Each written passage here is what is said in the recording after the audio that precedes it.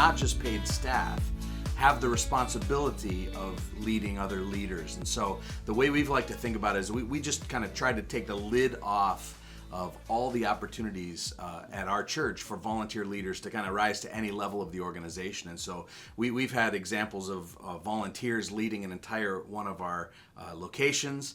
We've had examples of volunteers who are responsible for leading, overseeing a paid staff people, and so it really depends on the gifts and skills of that volunteer leader, but we just want to take the lid off and make sure that volunteers can rise to any level of our church that their gifts and responsibilities would take them.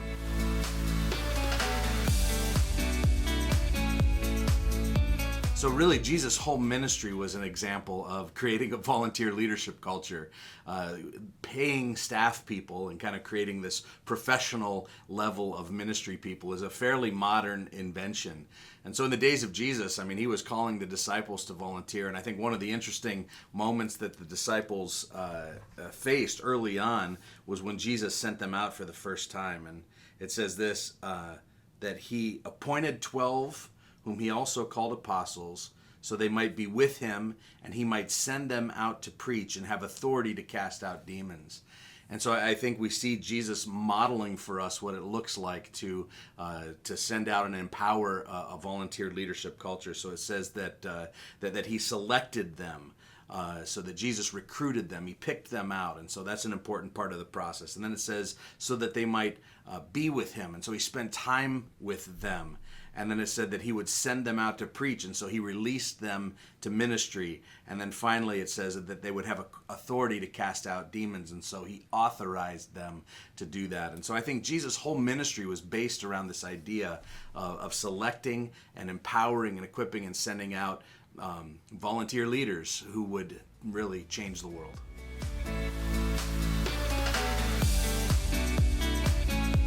Well, there are a number of roadblocks that go with this. One of them begins just kind of in the heart of the pastor himself. I think we have to get over our pride, some of our controlling nature that has to be in control of everything.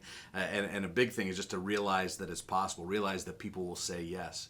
I think one of the roadblocks is that most of our congregations have kind of bought into this two-track system that we pay you to do the ministry and we're here to, put some money in the plate and cheer you on and all that, but your job is to do the ministry. And so I think that has to be broken down. But at a practical level in the church, there were a couple of barriers that we faced. One of them was a committee structure that we had. I know a lot of churches still have committee structures that was kind of inhibiting to this idea of empowering volunteers to do what God has called them to do. And the other one is we really had to start limiting our programming.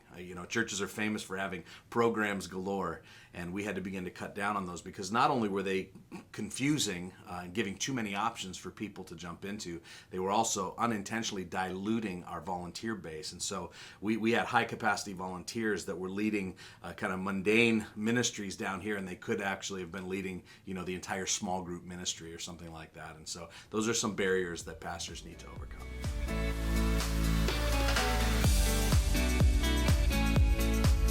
I think the biggest mistake that I look back on is and we learned later on into the process was that just being honest with people up front about the expectation.